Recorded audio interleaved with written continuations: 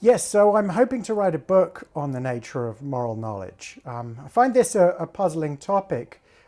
One thing that I don't have any doubt about is that I do have some moral knowledge. I mean, of course, there are moral questions I don't know the answers to.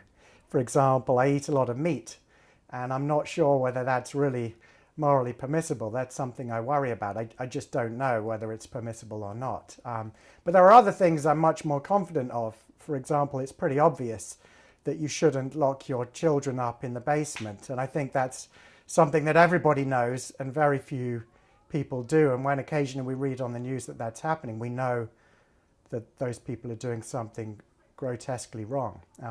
It's much harder to explain how we have any moral knowledge.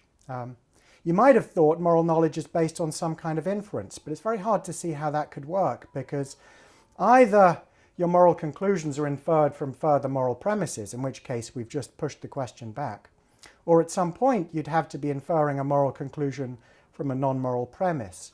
And it's not clear how that can work, for basically the reason Hume gave us, which is that we can't infer an ought from an is.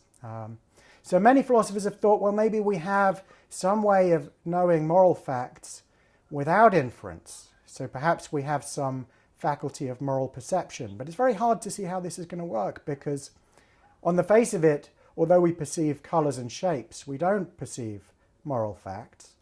And so many philosophers have thought, well, perhaps we must have some faculty, some quasi-perceptual faculty of intuition that gives us non-inferential knowledge of morality. And I used to hope that this would turn out to be true, but I've given up hope.